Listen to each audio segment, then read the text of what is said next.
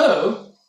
In this video I want to show you how you can convert a Billy like this into this using these.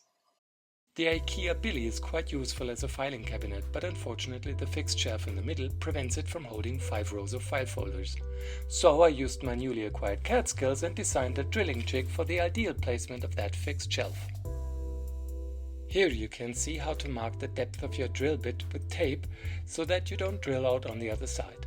Place the jig upside down over the existing holes, stick the drill in and place the tape around the drill. The drill guides are somewhat oddly shaped, but that is on purpose.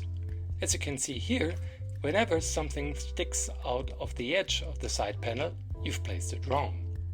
Back, here is the side with the groove for the back panel. Also, you can see that the drill guide marked back has to go into the first holes above the existing holes for the fixed shelf. Align the front jig accordingly.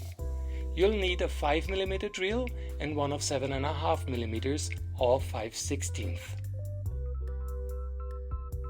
Once everything is properly aligned, you can start drilling.